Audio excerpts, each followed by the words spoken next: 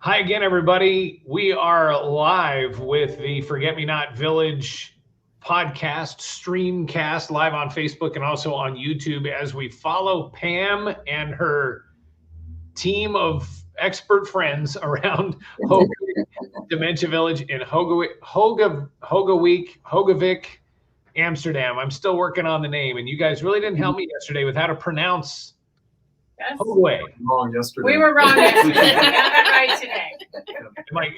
Is it Hogewey? Did we decide? Hogeweyk. Hogewey. Thank you. I will never forget that. Hogeweyk. Well, Pam, you got your first look at the Dementia Village today with your friends there. First of all, another round of introductions real quick, and maybe just a snapshot of what you've done so far today. From me? Yeah, okay. We spent all day in the most amazing care facility I've ever seen in my life. It was just, they let us walk around, even though it was raining, but, in Oregon it happened, so I was comfortable. But, it was just phenomenal. It's just like you were living in an apartment complex.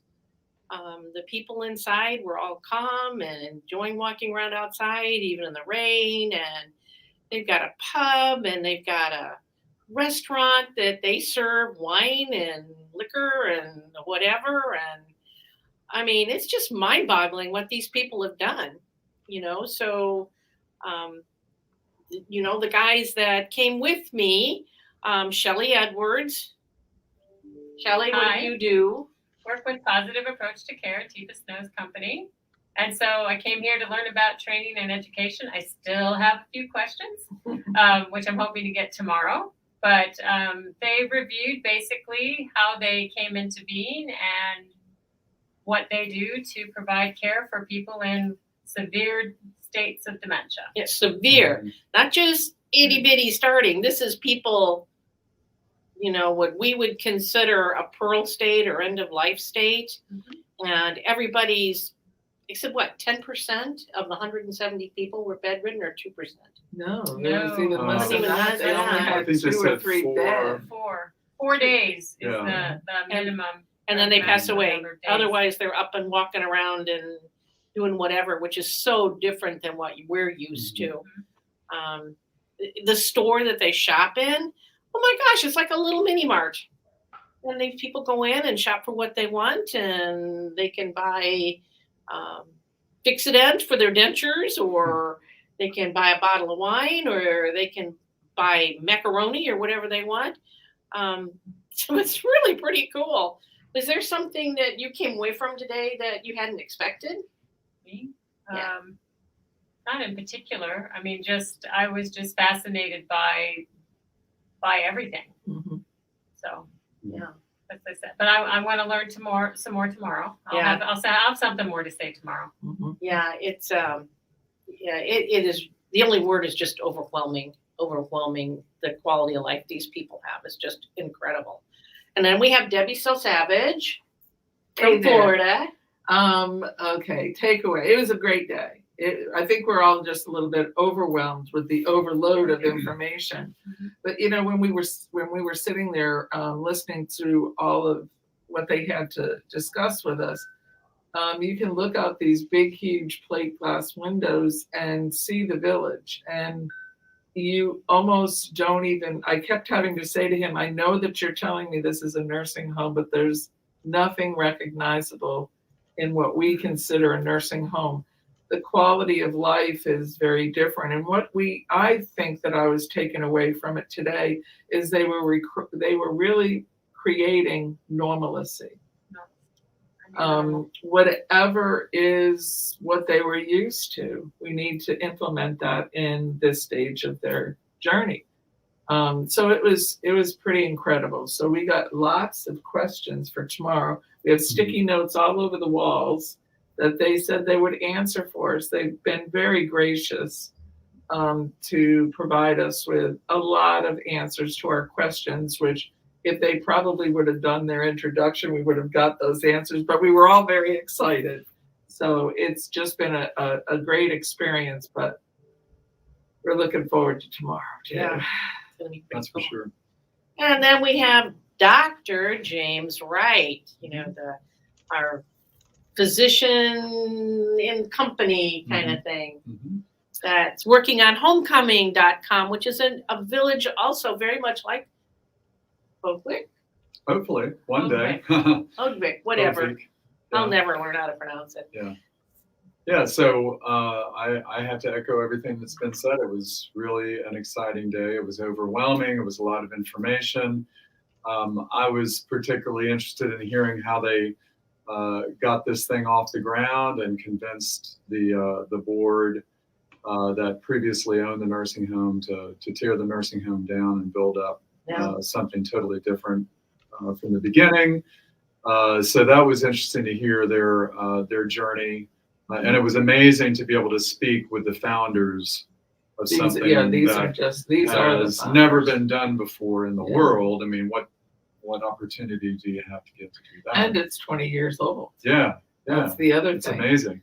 And just to hear how they've developed their philosophy and their approach towards care over the last 20 years. So it's just, I was writing furiously the whole time, notes down, because there was so much wisdom that they were giving. So it was just good to be finally in this place that we've all read about and dreamed about for so long. It was like meeting your idols, meeting a famous actor or a rock star or something that you've only seen on the stage. They have an elevator. They have 2 stories here. They had to increase the size. Now all you do is stand out in front of the doors, and the doors open, but because there's only 1 floor, you don't have to push any buttons. You just walk in and the thing takes you up or takes you down. And it's like, wow, they don't have to do anything. They just walk in there like normal, and the elevator knows what it wants to do. So yeah, That's wonderful. pretty cool. We were all like just super intense, going through all the slides and things, which has actually changed a little bit since the first time I talked to Eloy about a year ago. So, all the things they want to do, they're planning to change what they're doing into something a little more family orientated, which was really made me happy. So, pretty awesome stuff. Everybody ought to come visit. They really need to. One of the things that was interesting too is how they've opened up their dementia village to the surrounding community.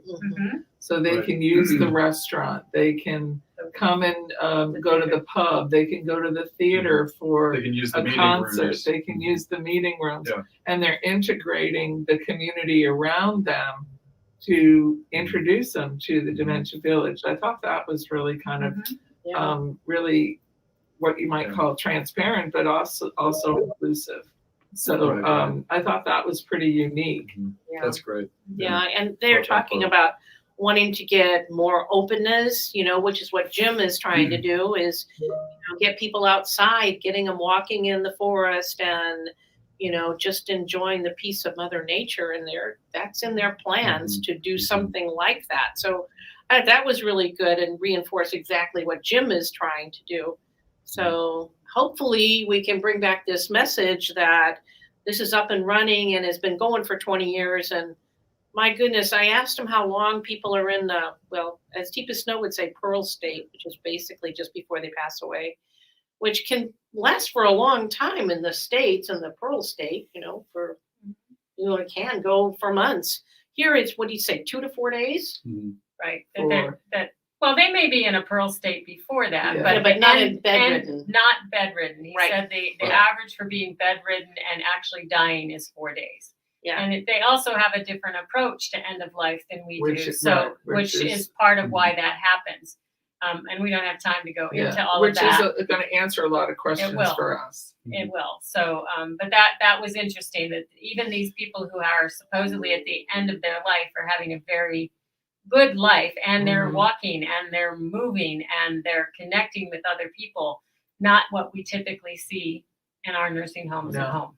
And the fact that they are moving and walking has led, I think, a really great statistic for them to know that there is not, it was a really 1-digit number that they actually had in bed. Yeah. Not even close to the end of life, but in bed in general. That's really, there was so many different facets of our day that I felt are so doable in the States. Mhm. I don't know if you got, I mean, there was things that they changed, small things that really made a big impact and could be very doable for us in the States. So Yeah. Right.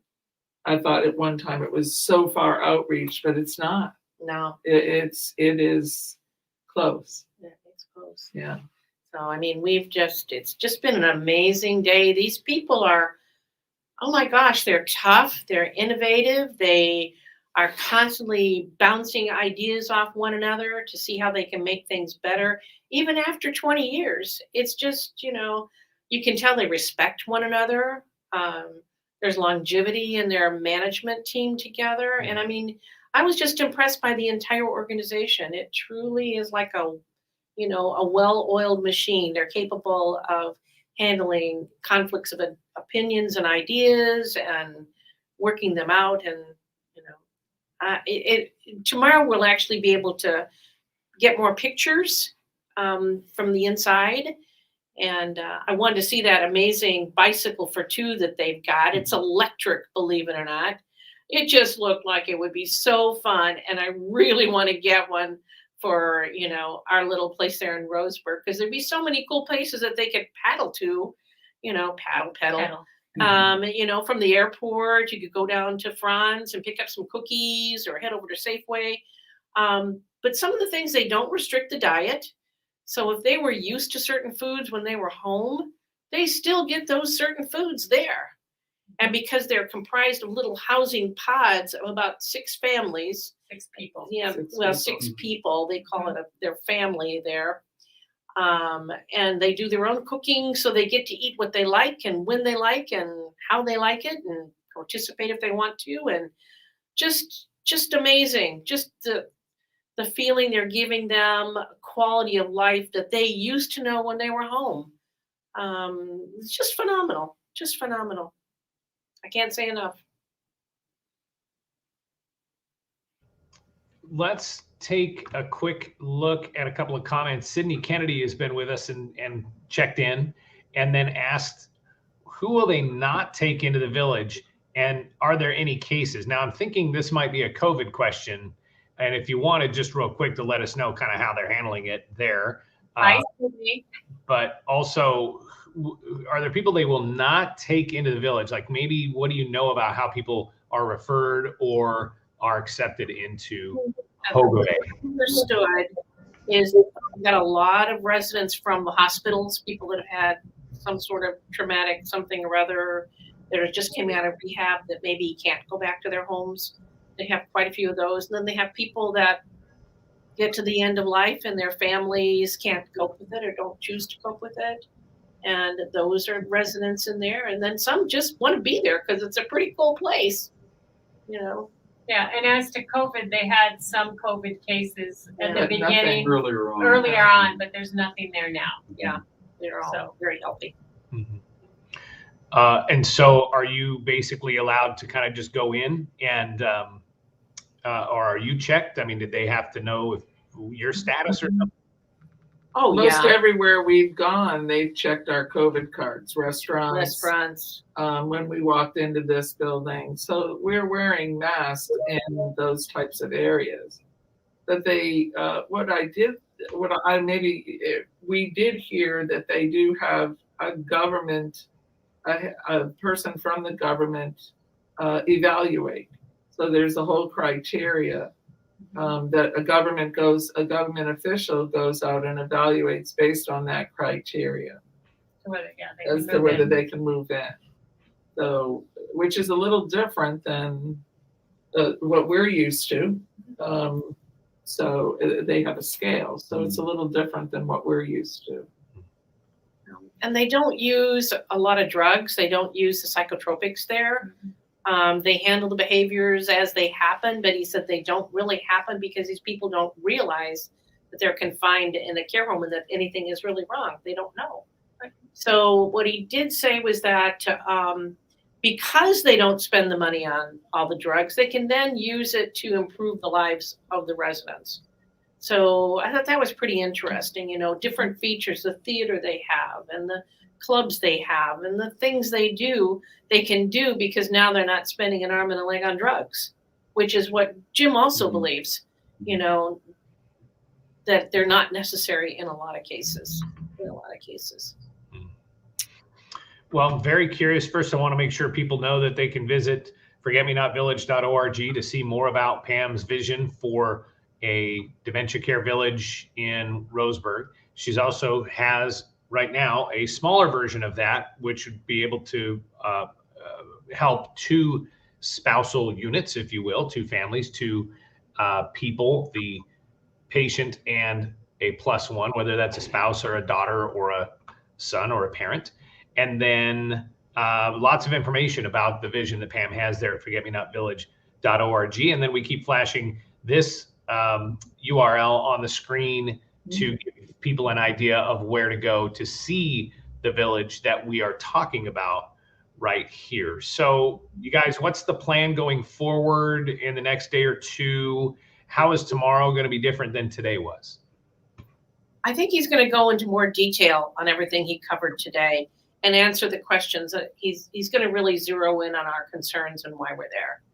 So I was get to go in some of the households as well. That's going to be exciting. We saw the common areas today, but it was raining a lot, so they didn't want us to have to be outside too much today. So we're hoping for a better day tomorrow. Right, tomorrow will be maybe a little bit of sun. And what they wanted us to see is that the town center was the activity hub because it wasn't rain. It was raining today. Not a lot of traffic. Yesterday they said it was a gorgeous day here yesterday, and everybody was out in the town center like they were just normal, walking around, having a good time. They were even walking around in the rain quite a bit. And it was pretty miserable sometimes. Because you really don't see the fences and things like you see in our care homes.